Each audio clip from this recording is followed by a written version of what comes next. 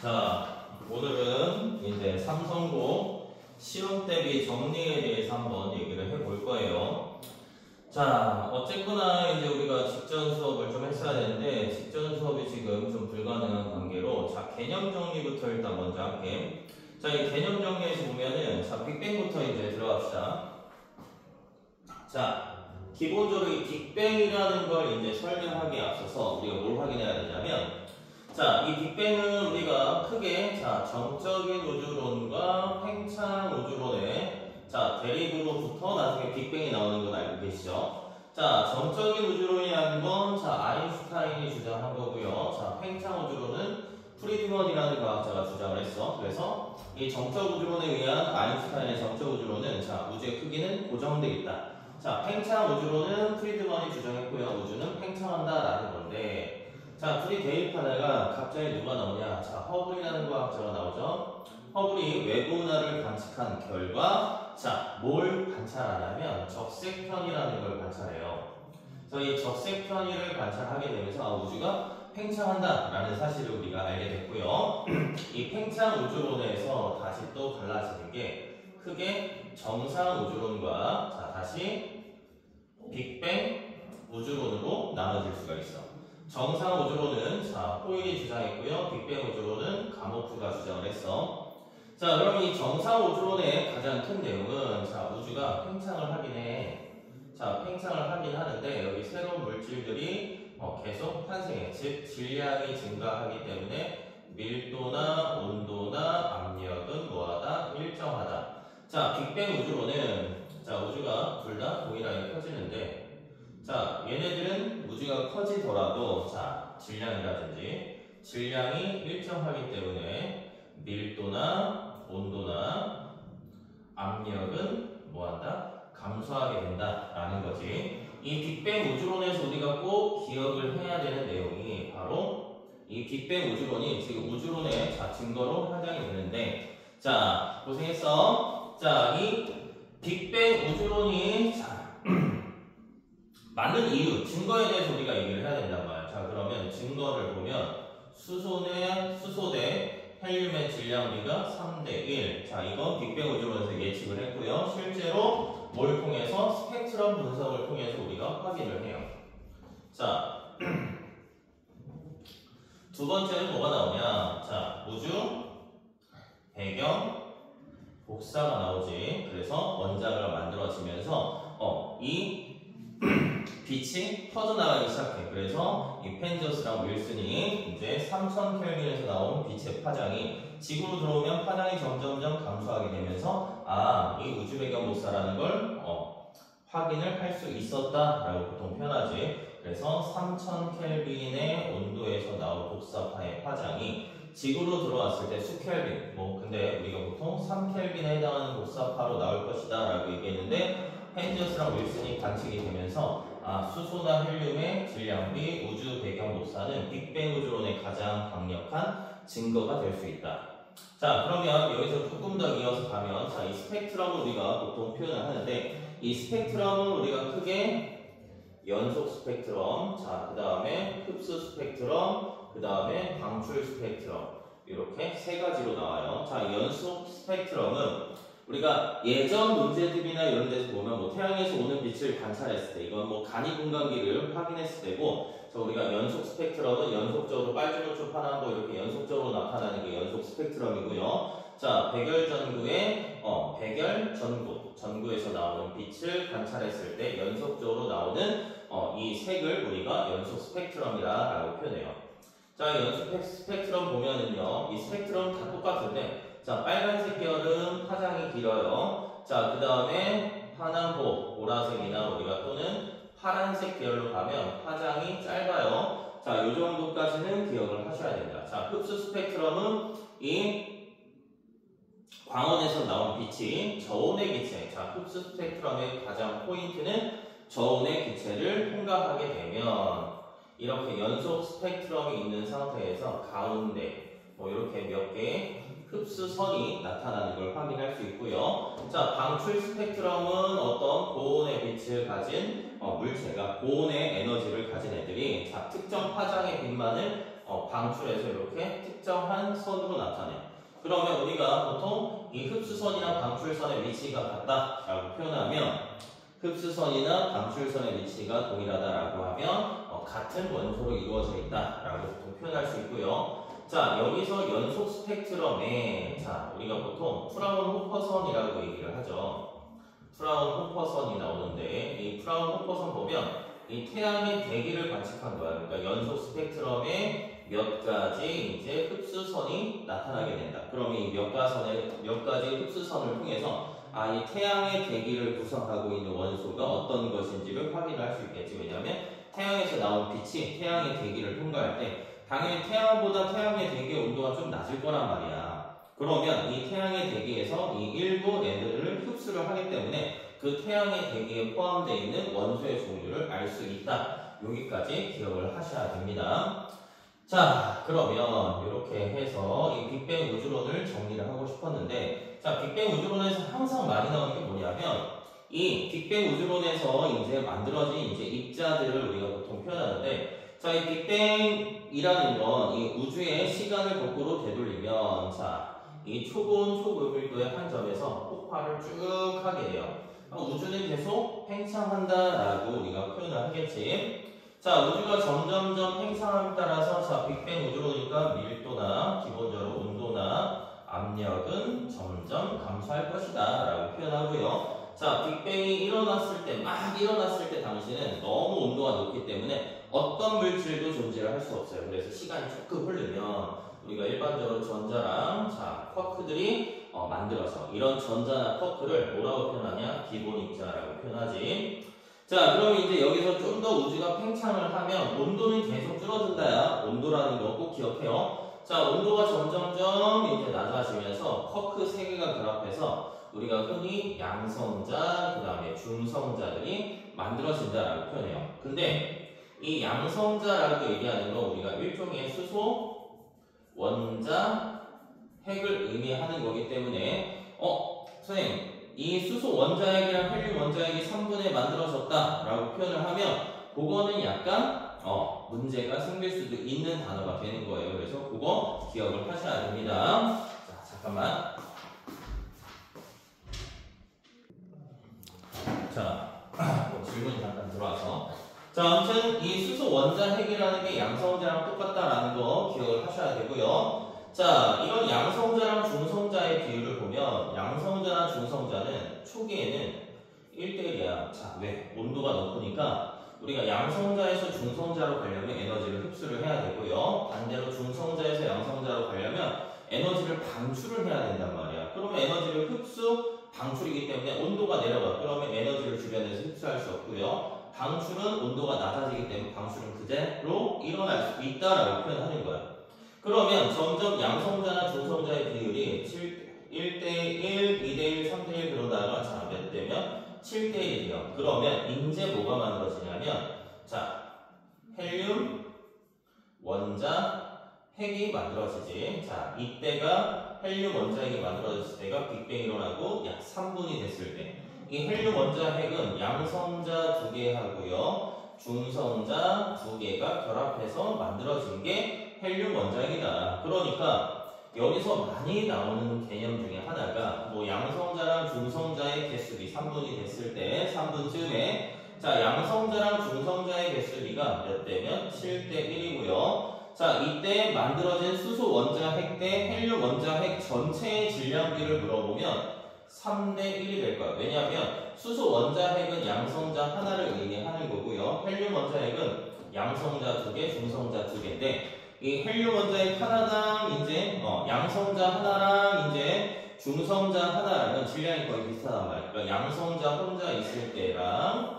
자, 양성자가 2개, 중성자가 2개 있는 애를 결합하면 얘네들 하나하나의 개수비를 따지면 1대4가 되는 거야. 그러니까 문제에서도 여기서 낚시로 많이 나오는 것 중에 하나가 뭐냐면 이 수소 원자핵 1개 대 헬륨 원자핵 1개의 질량비는 1대4다. 그러면 선생님도 그냥 문제 딱 풀다 보면은 낚시에 걸리는 경우가 많거든요. 그래서 수소 원자핵 하나, 양성자 하나, 헬륨 원자핵 1개는 질량으로 따지면 4. 그래서 1대4다. 근데 선생님 여기서 우리 수소 원자핵과 헬륨 원자핵의 질량비는 3대1이라며. 거의 대부분 문제, 천안권에서는 문제가 3대1로 많이 나오는 형태야. 근데 혹시라도 이렇게 각각 원자 하나하나를 의미할 때는 1대4 이런 단어들도 나올 수 있다는 거 기억을 해주셔야 돼.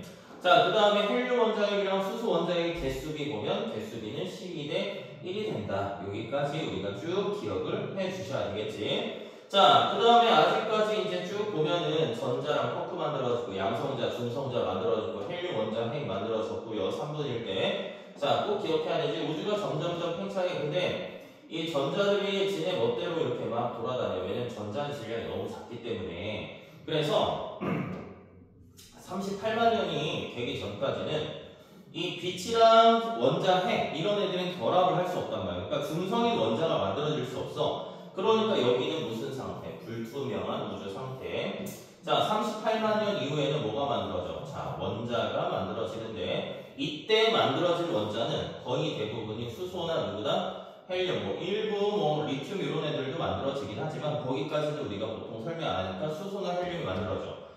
선생님 그럼 수소나 헬륨 이외에 다른 원소들은 언제 만들어져요? 그거는 뒤에 가면 별의 진화 과정을 통해서 원소들이 만들어진다. 여기까지 기억을 해주셔야 되는 거야.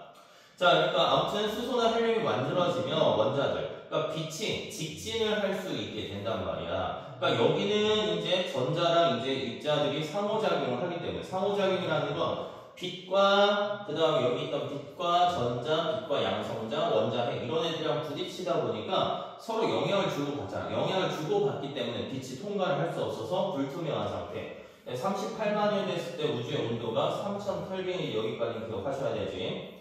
3000켈빈이 되면 온도가 낮아지니까 원자핵의 전자가 붙들려서 이 빛이 통과를 할 수 있단 말이야. 빛이 통과하니까 이때는 무슨 우주? 투명한 우주고요. 자, 이때 3000켈빈의 온도에서 퍼져나온 복사파가 지금 현재 지구로 들어오면 자, 몇 켈빈? 3켈빈에 해당하는 복사파로 관측이 될 것이다 라고 표현을 할 수가 있는 거야. 그래서 이걸 펜저스랑 윌슨이 관측을 해서 이 빅뱅 우주론의 가장 대표적인 증거로 사용을 할 수 있다. 근데 자, 선생님 이거 전체적으로 얘기를 해줬는데 실제로 보면은 무조건 이 스펙트럼에 관한 문제들은 삼성보다 한 문제 무조건 나와. 이거는 모든 학교에서 다 나오고 얘네들에 대한 내용들도 무조건 나온다 라고 생각을 하셔야 됩니다. 자, 그 다음에 자, 우리가 또 기억을 하나 더 해줘야 되는 게 이제 우주 배경 복사를 보면은 우리가 우주 배경 복사 그림이 나와요. 이렇게 보면은 우주 배경 복사 이렇게 보면은 근데 얘네들이 어때요? 사진 보면 불균일해 보이는데 실제로 얘네들이랑 얘네들, 균일한 부분이랑 불균일한 부분은 거의 아주 작은 미세한 차이밖에 안 난다는 거예요. 그래서 얘네들은 거의 균일한 상태가 된다라는 것까지 우리가 기억을 해 주셔야 되고요. 혹시나 또 몰라서 하나 더 추가하자면 우리 양성자는 업커크 2개, 다음 커크 하나. 왜냐하면 업커크가 갖는 전하량 플러스 3분의 2, 다음 커크는 마이너스 3분의 1이니까 양성자는 플러스 1쿨롱. 자, 중성자를 우리가 표현하면 다운 커크 2개, 업 커크 하나니까 얘는 전하를 띄지 않는다. 여기까지도 같이 기억을 꼭 해주셔야지만 이쪽 파트에서 틀리지가 않는 거고요. 자, 그 다음에 추가적으로 우리가 뭘 좀 더 기억을 해주시면 좋냐면 우리 원자의 구조 보면 삼성 보니까 우리 플러스를 띄는 원자핵이 있고요. 이 원자핵 주변에 이렇게 전자들이 이건 보호 원자 모양인데 아무튼 전자들이 이렇게 특정 궤도를 따라서 이렇게 움직이고 있을 것이다. 자, 원자핵이라는 건 우리가 플러스를 띄는 양성자랑 전하를 띄지 않는 중성자로 이루어져 있고 양성자는 아까 얘기한 쿼크들이 3개, 쿼크들이 3개씩 결합해서 이루어진다. 자, 그 다음에 이 스펙트럼하고 얘랑 연결할 수 있는 부분 중에 이 원자의 구조 보면 원자는 안쪽에 있는 궤도일수록 이제 에너지 순위, 그러니까 에너지 값이 작다라고 표현을 해. 그래서 이 전자들이 배치될 때도 보면 안쪽 전자 껍질부터 차례대로 전자가 배치된다라고 표현을 하지. 그래서 선생님 맨날 얘기하는 게 가운데 있는 게 10, 바깥으로 나가면 100. 그러니까 바깥에 있던 전자가 안쪽으로 들어갈 때는 90만큼 에너지를 버려야 되니까 방출 스펙트럼이 보통 나타나고요. 안쪽에 있는 애들이 바깥으로 가면 10에서 100이 되니까 90만큼 에너지를 흡수해야 돼요. 그래서 안에서 밖으로 나갈 때는 흡수 스펙트럼이 만들어지게 된다. 여기까지 자 정확하게 기억을 해 주셔야 됩니다. 자, 그 다음에 나오는 게 이제 별의 진화야. 이 별이 탄생하는 걸 보면, 자, 이 별의 탄생을 보면, 자, 이쪽 좀 어려워하긴 하는데, 자, 우리 이 별이 탄생하려면 일단, 자, 태양계 성운에서 이 성운을 보면은, 자, 일반적으로 온도는 낮고 밀도가 큰 부분, 성운 중에서 온도는 낮고 밀도가 큰 부분에서, 자, 얘네들이 중력에 의해서, 자, 뭐가 되냐면 수축 플러스 회전이 들어가. 그래서 좀 더 횟수를 나누면 수축이 먼저, 그 다음에 회전이야. 그러니까 수축하고 회전하면서, 자, 이 온도랑 밀도가 높은, 자, 뭐가 만들어지냐? 자, 원시별이 만들어져요. 수축하고 회전하면, 자, 원시별이 만들어지고요. 자, 아직 원시별이다라고 표현을 했으니까 이 원시별이라고 표현하는 애들은 온도가 어때요? 아직 충분히 높아지지 않았기 때문에 수소 핵융합 반응이라는 걸 할 수 없는 애들을 우리가 보통 얘기를 하거든. 자, 그러면 이제 원시별이 만들어지고요. 이 원시별에서 얘네들이 뭐가 만들어지냐?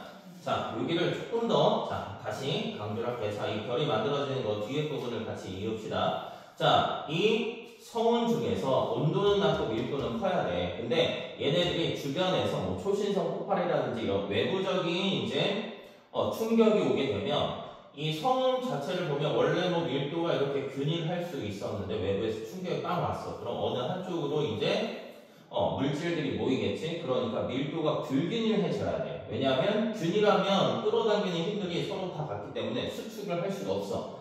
근데 초신성 폭발이라든지 이런 충격에 의해서 얘네들 밀도가 불균일해지게 되면 요 단어는 많이 나오지? 불균일해지면 중력에 의해서 얘네들이 어때요? 물질들을 끌어당기면서 수축, 그 다음 플러스 회전을 하게 된다. 자, 그러면 이 중심부에서 이제 온도랑 이제 밀도가 높아지면서 자, 뭐가 만들어지냐면 자, 아까도 얘기했듯이 수축이 일어나고 그 다음에 회전하면서 자, 원시 태양이 만들어져요. 자, 뭐가 만들어진다? 원시 태양이야.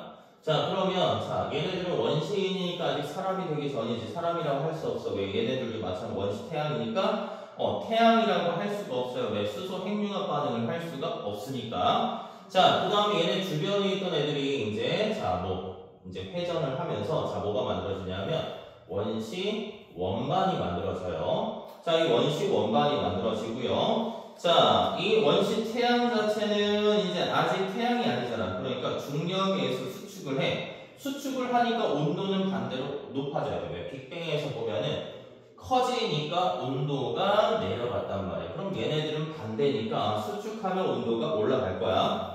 자, 수축하면서 자, 온도가 더 높아지고요. 이 원시 원반에 있던 애들이 자, 부딪히면서 약간의 이제 작은 물질들이 부딪히면서 자, 뭘 형성하냐면 미행성체를 형성하게 된다. 그러면 이 미행성체들을 형성하고요. 자, 얘네들이 이제 태양이 이제 점점점 이제 수축하다가 이 태양의 온도가 원시 태양의 온도가 자, 몇만 켈빈, 1000만 켈빈에 도달하게 되면 자, 그때 우리가 뭐가 만들어진다? 자, 태양이 되고요.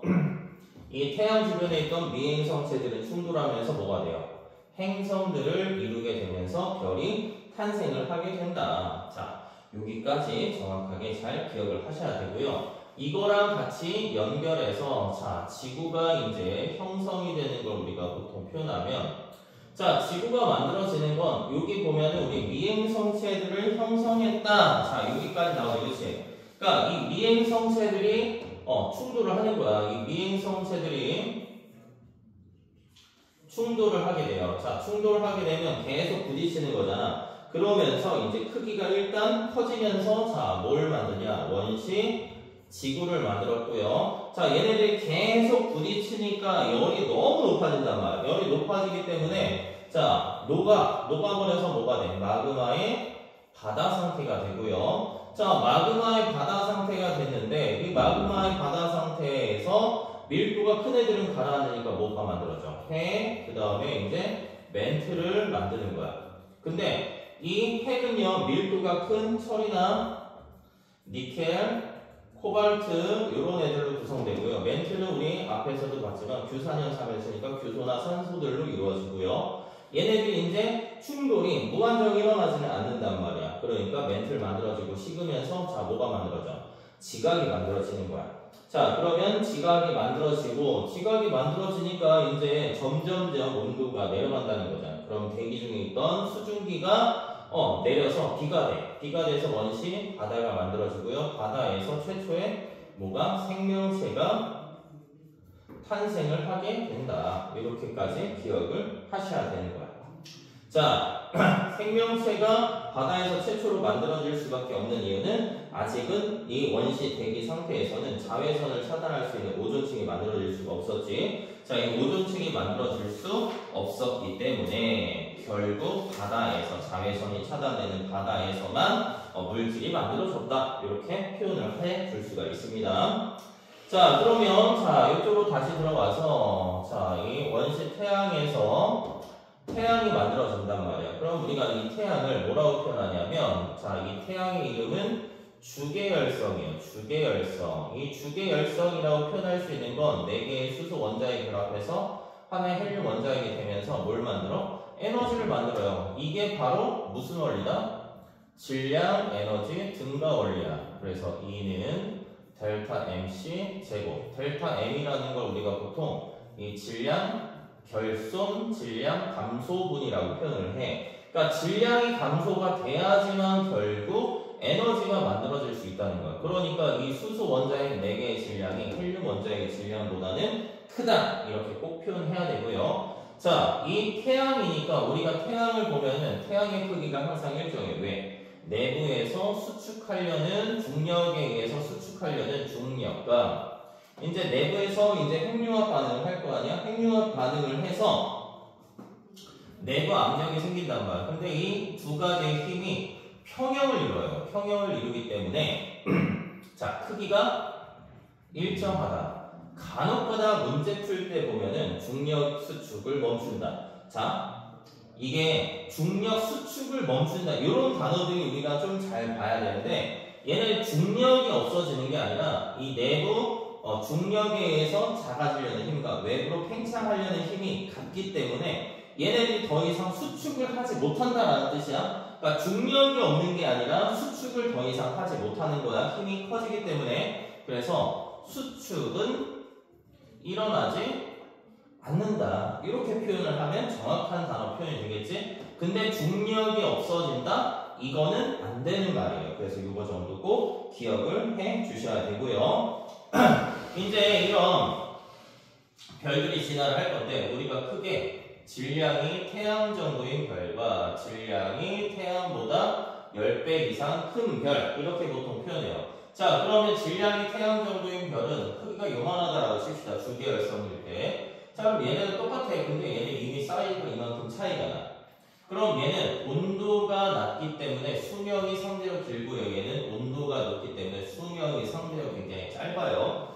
자, 그럼 여기서 얘네들이 좀 더 커지는데 왜냐면 이 중심부에서 이제 수소가 헬륨으로 다 바뀐단 말이야. 그러면 중심부에 있던 수소가 헬륨으로 바뀌었기 때문에 수소가 헬륨으로 바뀌었기 때문에 안에 있던 중심부에 있던 애들만 얘기를 하는 거야. 중심부의 수소가 헬륨으로 바뀌었기 때문에 이제 수소는 없어요. 그럼 헬륨 핵융합 반응을 하려고 하는데 내부의 압력이 내부 온도가 너무 낮단 말이야. 아직 1000만 켈빈밖에 안 되니까. 그러니까 얘네 수축을 하면서 자, 이 헬륨 핵융합 반응을 하려면 1억 켈빈까지 온도가 올라가야 돼. 그래서 중심부는 수축하고 자, 여기를 조금 더 확대해 보면 여기에 있던 수소가 다 헬륨이 된 거지. 그럼 얘네 다음 층에도 이 핵 주변에도 수소층이 있단 말이야.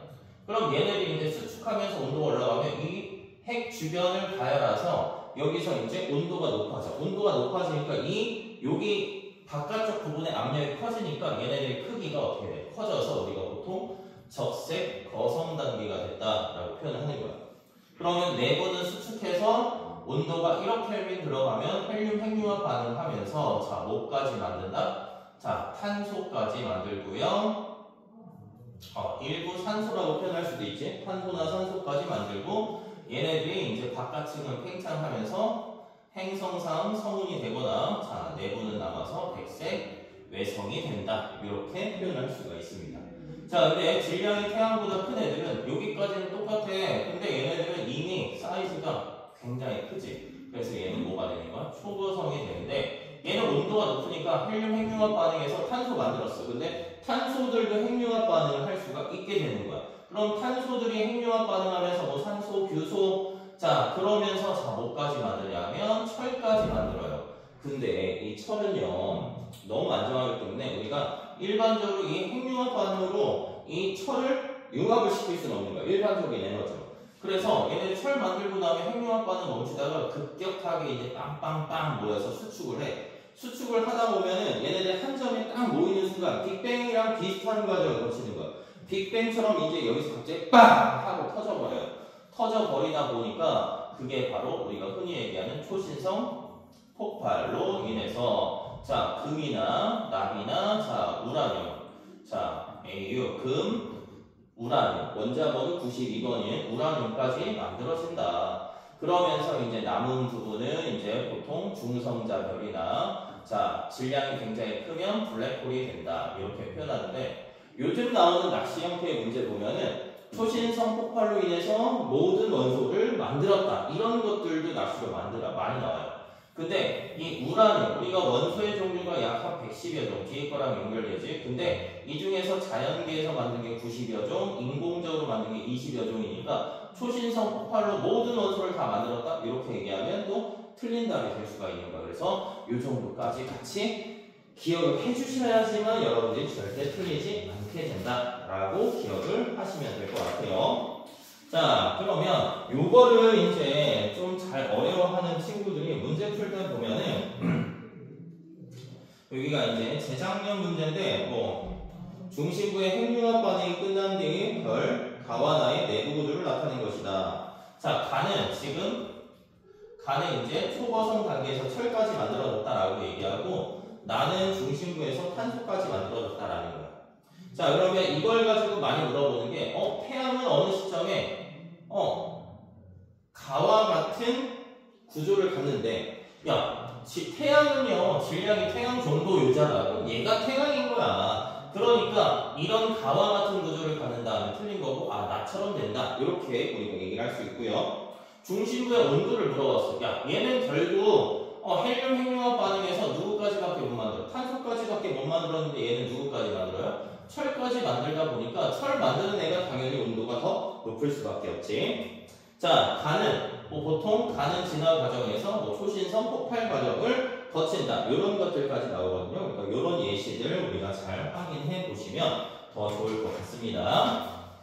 자, 그 다음에 이제 나오는 게 이제 물질의 규칙성인데, 자, 원소하고 이제 주기율표를 보통 얘기를 하는데, 기본 개념, 원소, 원자, 분자, 이렇게 표현하는데, 이 원소라는 건 물질을 구성하는 기본 성분, 물질을 구성하는 기본 입자, 물질의 성질을 갖는 입자, 성질을 가진 가장 작은 단위를 우리가 분자라고 표현해서 자 원소는 우리가 보통 종류, 원자는 개수, 분자는 얘네들 성질을 갖는다. 예를 들어서 이 분자, 어떤 분자냐면 포도당이라는 게 있어요. 자 포도당 분자가 있으면 포도당을 구성하는 원소의 종류는 탄소, 수소, 산소로 이루어져 있고요. 자, 이 포도당을 구성하는 원자들은 어떻게 구성되냐? 탄소 6개, 수소 12개, 산소 6개. 이런 식으로 우리가 표현을 해준다라고 표현을 하는 겁니다.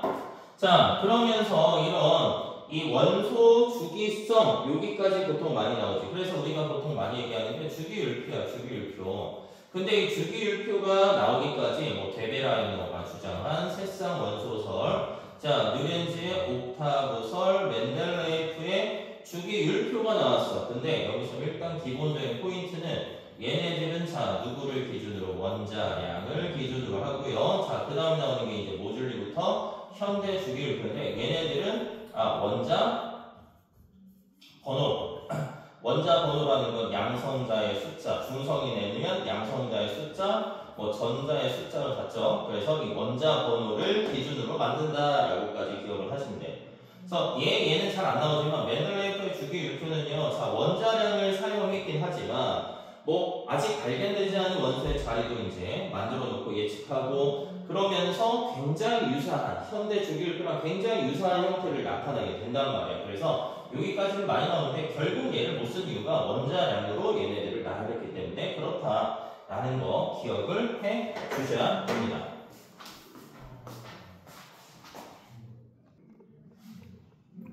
자, 마술이죠. 잠깐 칠판을 한번 지어봤어요.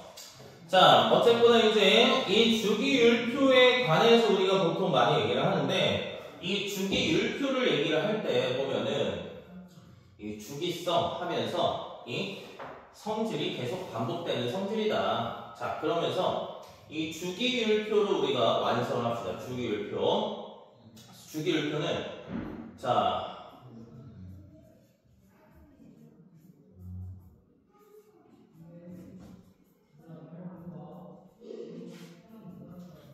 요거를 아직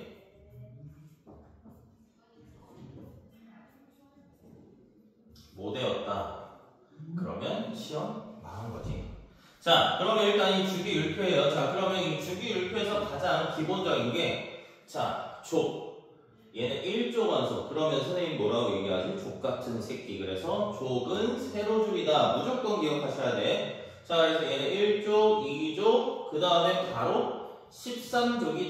이거 은근히 헷갈려서 여기 사이에서 선생님 그럼 얘는 3족이에요 이런 거 하는데 그러면 진짜 나오면 죽방 한 대씩 때릴 거예요. 안 돼요. 자, 13, 14, 15, 16, 17, 18족 같은 애들. 그치? 그래서 선생님이 보통 우스갯소리를 많이 얘기하는데 18족 같은 새끼. 그래서 세로줄이다. 이렇게 기억하고요. 자, 가로줄은 주기 1주기, 2주기, 3주기, 4주기, 5, 6, 7주기까지 있는데 다 필요 없이 우리는 딱 이 정도까지만 기억을 하시면 돼요. 자, 근데 여기서 우리가 포인트를 잘 잡아야 하는데 자, 선생님이 가장 강조하는 원소 중에 하나가 수소야. 얘는 왕따예요, 왕따. 자, 왜? 얘는 비금속이고요.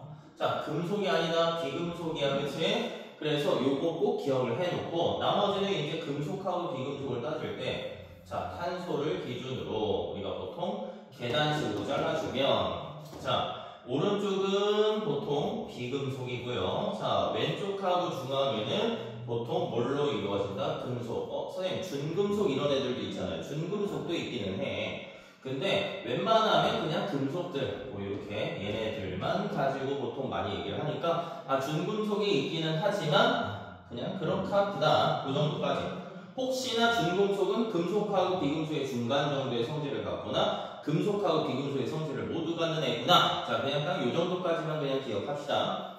자, 아무튼 그래서 이 금속을 보면은 일반적으로 실온에서 고체 상태고요. 자, 비금속은 실온에서 고체나 기체 상태인데 자, 얘네가 무조건 존재하지. 자, 수은 얘는 액체 상태고요. 이 비금속에서 자, 여기 브로민까지만 쓸까? 자, 브로민, 아이오딘. 자, 얘네들 같은 경우에서 이 브로민은 액체 상태다, 실온에서. 자, 여기 두 개는 예외로 기억하셔야 된다라는 거 꼭 기억을 합시다. 이 금속의 성질 보면은요, 뭐 광택이 있고요, 뭐 단단하고요, 일반적으로 전기가 잘 통하고, 열이나 전기가 잘 통하고, 실온에서 고체 상태고요, 뭐 힘을 가했을 때 연성, 전성. 그러니까 연성은 길게 늘어나는 성질, 연성은 얇게 펴지는 성질을 나타내거나 한다. 자, 이 비금속은 이제 실온에서 기체나 고체 상태일 거고요. 얘네들은 금속이 아니니까 열이나 전기가 잘 통하지 않는데 예외가 항상 있지. 누구? 탄소. 탄소는 비금속이긴 하지만 전기가 잘 흐른다. 힘을 가하면 잘 부서지지, 그치? 자, 이 정도까지는 우리가 가장 기본적인 거. 그럼 여기서 이제 추가적으로 기억을 해야 되는 게 뭐냐?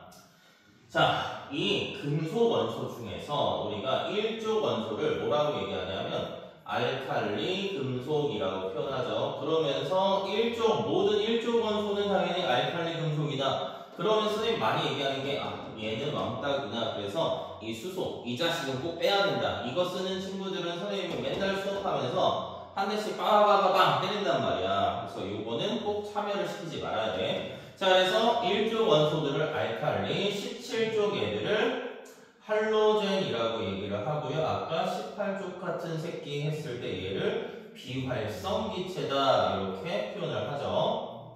자, 그러면 이 알칼리 금속 같은 경우는 성질이 자 뭐가 있냐? 실온에서 일반적으로 고체 상태고요. 은백색의 광택을 띠고요. 금속 다른 애들에 비해서는 밀도가 좀 작은 편이야. 그 다음 얘네들은 칼로 잘릴 정도로 무른 금속이고요. 자, 그 다음 반응성이 크기 때문에 산소나 물하고 잘 반응해. 그래서 이 알칼리 금속을 우리가 보관할 때는 석유라든지 액체 파라핀에 넣어서 보통 보관을 한다라고 표현을 많이 해요. 그러니까 얘네들은 꼭 쭉 다 기억하셔야 돼.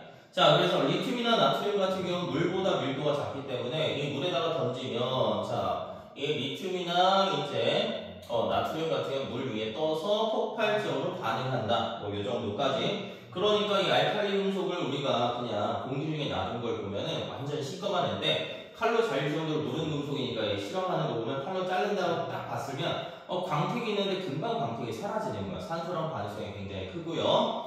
자, 물하고 만났을 때 그 수용액이 뭐가 돼? 염기성이 되기 때문에 페놀프탈렌 용액을 떨어뜨리면 붉은색으로 변하게 된다.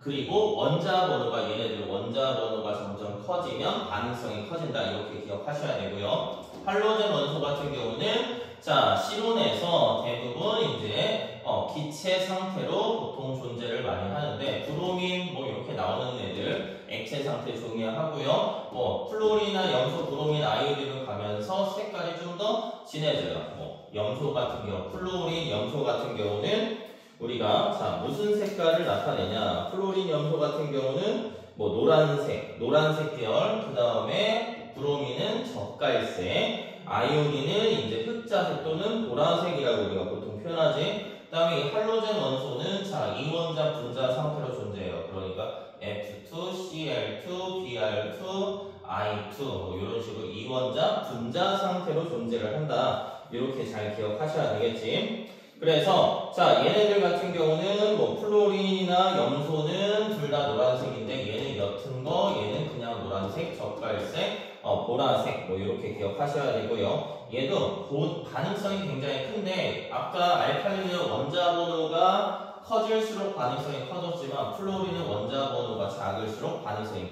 크다. 반대되는 거 기억하셔야 되고요. 이 할로젠 원소를 물에 넣으면 자 아까 이 알칼리 금속을 자 물에 넣으면 자 무슨 기체? 수소 기체가 나오고 얘가 염기성이 된다라고 표현하는데 이 할로젠 원소는 자 누구랑 꼭 반응해야 돼? 수소랑 반응해서 할로젠과 수소를 형성하면 대표적인 게 염산이지, 그렇지?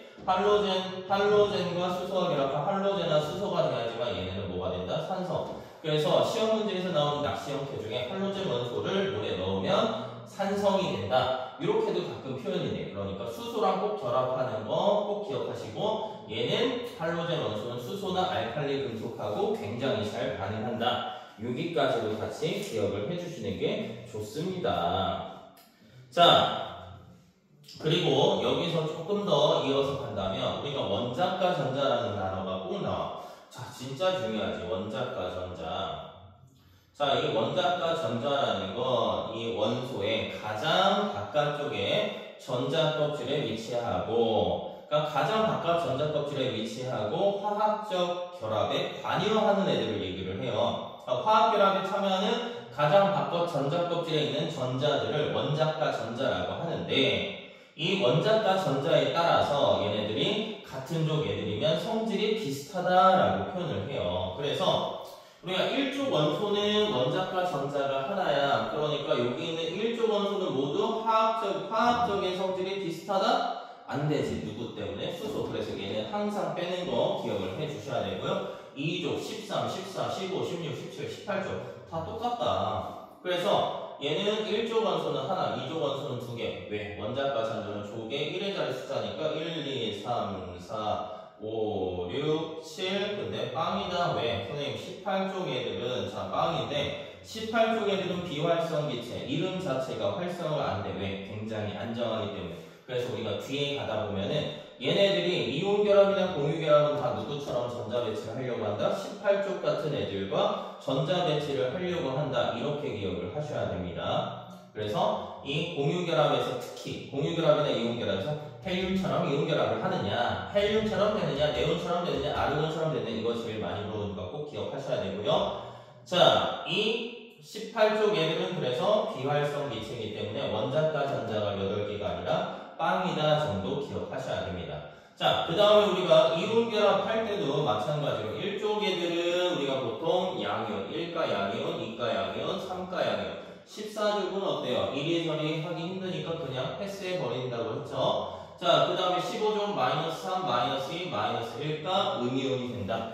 여기까지는 다 정확하게 기억을 하셔야 되고요. 가끔 가다가 이 원소의 주기성이 나타나는 까닭이 무엇이냐? 자, 이렇게 물어보면 자, 이 원자 번호가 증가함에 따라 원소의 화학적인 성질을 결정하는 자, 원자과 전자 수가 어떻게 된다? 주기적으로 변하게 된다라는 거 꼭 기억을 해 주셔야 되고요. 이쪽에서 얘네들 같이 전자 배치를 해서 안정한 걸 우리가 뭐라고 표현한다? 옥텟 규칙이라고 표현해요. 자, 그래서 첫 번째 전자값의 전자 2개, 두 번째 8개, 세 번째 8개 전자가 배치됐을 때 안정하다.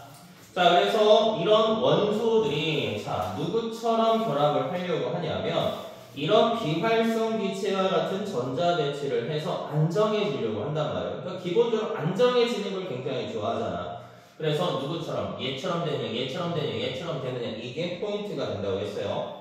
자, 그래서 이런 화학 결합이 만들어졌을 때 선생님 이온 결합은 이금비 기억하라고 했죠? 금속하고 비금속이 결합하면 자, 무슨 결합? 이온 결합, 금속, 비금속이고요. 얘네들은 금속은 양이온이 되고 자, 전자를 잃고 양이온, 자, 전자를 잃고 플러스 전자를 얻고 마이너스. 그래서 이 정전기적 인력으로 결합을 하게 된다. 그래서 예를 들어서 리튬이면 원자 번호 3번이니까 하나, 두 개, 하나 있어 안정해 주려고 전자 하나를 버렸어. 자, 플로린은 원자 번호 9번이니까 하나, 둘, 외곽에 하나, 둘, 셋, 넷, 하나, 둘, 셋 하면 얘가 하나를 얻어온단 말이에요. 그러면 리튬은 플러스, 플로린은 마이너스 하나를 얻었으니까 여기 앞에 1거나 얻은 수, 잃었으면 플러스, 하나를 얻었으면 마이너스. 그래서 얘네 둘 사이에서 정전기적 인력으로 결합을 하게 된다. 그런 애들을 우리가 이온 결합물질. 그래서 뭐 예를 들어서 Al3 플러스랑 자, O2 마이너스가 결합해요. 그럼 얘네들 화학식을 쓸 때는 1거나 얻은 전자의 숫자가 항상 동일해야 돼. 그럼 얘가 3개면 얘는 아래로 들어가게 되면 Al2O3 산화 알루미늄 외국이니까 뒤에서 앞으로 이름을 불러준다. 그러면서 얘네들 같은 전자 하나를 잃고 헬륨처럼 전자 배치를 했고 플로린은 전자를 하나 얻어서 네온처럼 전자 배치를 한다. 여기까지 같이 많이 나오게 되겠죠. 자, 그 다음에 이제 공유결합을 우리가 보통 표현했을 때 공유결합은 뭘로 표현하냐? 자, 비비공이라고 얘기하죠. 비비공. 그래서 비금속과 비금속이 만나서 자, 무슨 결합? 공유결합을 형성한다. 이 공유결합을 형성할 때는 우리가 기본적인 단어가 전자쌍을 공유해서 만들어진다. 뭐 예를 들어서 수소야. 그러면 수소가 이렇게 하나 있어요. 그러면 이 수소도 누군가 전자를 주거나 받으면 힘드니까 얘네들 전자를 공유해버려 같이 쓴단 말이야. 그러면 선생님 포인트는 소유권까지 같으니까 왼쪽에 있는 수소 보면 첫 번째에 2개 들어간 느낌이니까 헬륨처럼 전자 배치를 안정한 거고요. 오른쪽에 있는 것도 하나, 2개, 2개 있는 거지. 그러니까 얘도 헬륨처럼 안정하다. 자, 그 다음에 또 많이 나오는 게 이제 물인데 자, 물은 많이 했으니까 간단하게 표현합시다. 그럼 얘네들은 이렇게 전자쌍을 한 쌍 한 쌍 공유해서 만들어진다. 그럼 이렇게 공유 전자쌍이 원자랑 원자 사이에 있을 때를 우리가 단일결합. 그럼 얘네들은 전자쌍이 공유 전자쌍이 2개 있으니까 이중결합 아니라고 했죠. 단일결합이 몇 개다? 2개로 이루어진다. 그럼 보통 산소 같은 애들은 공유 전자쌍을 이렇게 루이스 구조식 이렇게 짝대기로 표현하면 얘는 이중결합이 만들어지고요. 질소 같은 경우는 3중결합까지 만들어지게 된다. 자, 이렇게 기억을 하셔야 돼요. 그럼 얘네들은 수소는 첫 번째 전자값이 전자 2개. 그러니까 헬륨처럼 얘도 헬륨처럼 전자 배치해서 안정하고요. 산소는 누구처럼 네온처럼 전자 배치해서 안정해진다. 여기 정도는 우리가 꼭 기억을 하셔야 됩니다. 자, 그리고 이런 이온결합이나 이제 공유결합 같은 경우, 이온결합에서 제일 대표적인 게 NaCl. Na 금 B가 금비니까 이금비에서 이온결합 물질이구나. 자, 포도당 CuH 12O6 하면 BBB니까 비금속끼리 있으면 공유결합이구나. 이렇게 기억을 하셔야 되고요. 자, 여기서 두 번째 포인트. 이런 공유결합 물질은 자, 우리가 독립되게 존재할 수 있으니까 분자라고 표현을 해요. 근데 이온결합 물질은 풀마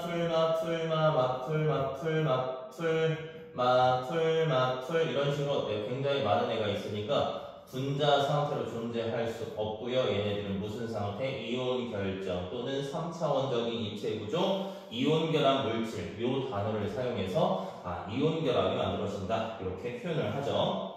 자, 이런 이온 결합이나 금속 결합, 이온 결합이랑 이제 공유 결합의 성질을 물어봤을 때 이온 결합은 고체 얘네 둘 다 전기가 안 흘러요. 고체 상태일 때 전기가 안 통하고요. 자, 수용액 상태일 때 액체나 수용액일 때는 이온 결합은 전류가 흐르고, 자, 공유 결합은 액체나 수용액일 때 잘 안 흘러. 근데 일부 흐르는 애들도 있어요. 일부 흐르는 애들은 우리가 뭐 염산, 할로제나 수소 이런 애들, 일부 흐르는 애들도 존재하는구나. 그래서 제일 많이 물어보는 게 고체 상태일 때 전류가 흐르냐 안 흐르냐, 액체나 수용액 상태에서 전류가 흐르느냐 안 흐르느냐. 자, 이런 식으로 표현해요. 자, 고체나 액체, 기체 다 전기가 통하는 거 우리가 흔히 뒤에서 도체, 금속이 되는 거고요. 전류가 고체에서도 안 흐르고 액체나 또 수용액 상태일 때도 안 흐르면 공유결합 물질. 자, 근데 고체일 때 안 흐르고 액체나 수용액일 때 흐르면 자, 우리가 뭐 이온 결합 물질이다. 이렇게 표현을 할 수가 있죠. 자, 얘가 흐르는 이온 결합 물질들이 이제 흐르는 이유는 수용액 상태에서 이제 이온들이 자유롭게 움직일 수 있기 때문에 전하를 잘 움직일 수 있다. 자, 그 다음에 이온 결합 물질은 상대적으로 양이온하고 음이온이 정전기적 인력으로 결합하기 때문에 녹는 점이 좀 높아요. 상대적으로. 그래서 고체 상태로 많이 존재하고, 자, 얘네들은 뭐 액체나 기체 상태로 보통 녹는 점이 낮아서 액체나 기체 상태로 존재하는 애들. 근데 사실 공유결합 물질도 다양한데 우리가 통과 수준에서는 그냥 이렇게 표현한다. 자, 그 다음에 얘네들 이온결합 물질들 같은 경우 하나 더 외부에서 힘을 가하면 이온층이 밀려버려요. 풀마 이런 식으로 어때요? 반발력이 이제 서로 작용하니까 쉽게 부서지거나 쪼개지게 된다. 여기 정도까지는 우리가 잘 기억을 해 주셔야 됩니다. 자, 그러면